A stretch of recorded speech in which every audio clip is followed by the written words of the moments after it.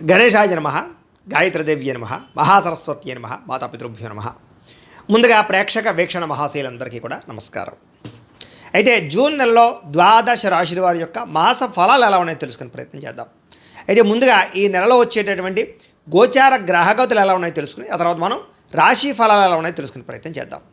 అయితే ఈ నెలలో రవి జూన్ 15వ తారీఖు దాకా కూడా వృషభంలో ఉండి తర్వాత మళ్ళీ మిథునంలోకి ప్రవేశం చేస్తున్నాడు. కుజుడు జూన్ 19వ తారీఖు దాకా మేషంలో ఉండి తర్వాత మళ్ళీ వృషభంలోకి ప్రవేశం చేస్తున్నాడు. బుధుడు ఈ నెలంతా కూడా మిథునంలోనే సంచారం చేస్తున్నాడు. గురుడు జూన్ 2వ తారీఖు దాకా కూడా మిథునంలో ఉండి తర్వాత మళ్ళీ కర్కాటకంలోకి ప్రవేశం చేస్తున్నాడు. శుక్రుడు జూన్ 8వ తారీఖు దాకా కూడా మిథున రాశిలో ఉండి తర్వాత మళ్ళీ కర్కాటకంలోకి ప్రవేశం చేస్తున్నాడు. శని ఈ నెలంతా కూడా మీనరాశిలో ఉంటాడు. రాహు ఈ నెలంతా కూడా కుంభరాశిలో సంచారం చేస్తున్నాడు. కేతు ఈ నెలంతా కూడా సింహరాశిలో సంచారం చేస్తూ ఉన్నారు. ఈ కారణంగా ద్వాదశ రాశుల వారికి కూడా ఈ మాసం ఎలా ఉండబోతుందో చూద్దాం. ఇక తులారాశి వారి యొక్క ఫలితాలు. అయితే ఈ మాసంలో మీ గోచార గ్రహ గతులు కనుక చూసుకున్నట్లయితే చాలా అనుకూలమైన ఫలితాలే కనపడుతూ ఉన్నాయి. కాకపోతే కష్టం మీదే పనులు అవుతూ ఉంటాయి. అతి కష్టం మీదే ఉద్యోగ అవకాశాలు రావడం కానీ, అతి కష్టం మీదే వ్యాపార లాభాలు రావడం కానీ, ఏం పని చేసినా సులువుగా అవ్వదు. కానీ కష్టపడితే మాత్రం ఈ నెలలో అందరికీ విజయాలు అయితే కనపడుతున్నాయి. కాబట్టి ముఖ్యంగా బద్ధకము లేజినెస్ తగ్గించుకోండి. అలాగే పాజిటివ్ థింకింగ్ చేయండి. నెగిటివ్గా ఆలోచించకండి. అవుతుంది అనే దృఢ సంకల్పంతో చేయండి. మీకు ఏ పనైనా సరే ఈ నెలలో పూర్తవుతుంది. విద్యార్థులు కూడా కాన్సన్ట్రేషన్ తగ్గుతుంది ముఖ్యంగా. కాబట్టి చదువు పట్ల కాన్సన్ట్రేషన్ పెంచుకోండి.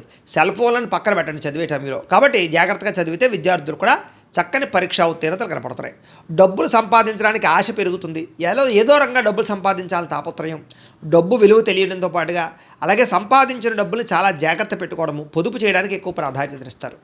అయితే మిమ్మల్ని నమ్ముకున్న వారికి సహాయం చేయడం, కుటుంబ సభ్యుల మధ్య ప్రేమానురాగాలు, కుటుంబం కోసం డబ్బులు ఖర్చు పెట్టడము, కుటుంబంలో వాళ్ళ కోసం ఏదో ఒక రకమైనటువంటి తాపత్రయపడడం చేసే అవకాశాలు ఉన్నాయి. మీలో నీతి నిజాయితీ పెరుగుతుంది. సంఘంలో కీర్తి గౌరవ మర్యాదలు పెరుగుతాయి. గుర్తింపు బ్రహ్మాండంగా కనపడుతుంది. అలాగే పిల్లల ఉద్యోగాలకి, సంతానానికి, పిల్లలకు సంబంధించినటువంటి ఏవైనా వ్యాపారాల కోసం, పిల్లలు చదివించడం కోసం బాగా తాపత్రయపడతారు. ఎక్కువ శ్రమ పడతారని చెప్పచ్చు. వ్యాపారస్తులు కూడా వ్యాపారంలో ఎక్కువ పెట్టుబడులు పెట్టడం, వ్యాపారంలో ఎక్కువ శ్రద్ధ పెట్టి తక్కువ మార్జిన్స్తో ఎక్కువ కస్టమర్స్ని ఆకర్షించుకుని వ్యాపార లాభాలు పొందగలుగుతారు. అలాగే అనారోగ్య సమస్యలతో బాధపడేవారు డాక్టర్లను మార్చడం కానీ, వైద్య విధానాన్ని మార్చడం కానీ, లేదా క్రమశిక్షణతో కూడుకున్నటువంటి జీవన శైలి వల్ల కానీ, సమయానికి తినడం, సమయానికి పడుకోవడం వల్ల కూడా మీకు అనారోగ్య సమస్యలు తగ్గుతాయని చెప్పచ్చు.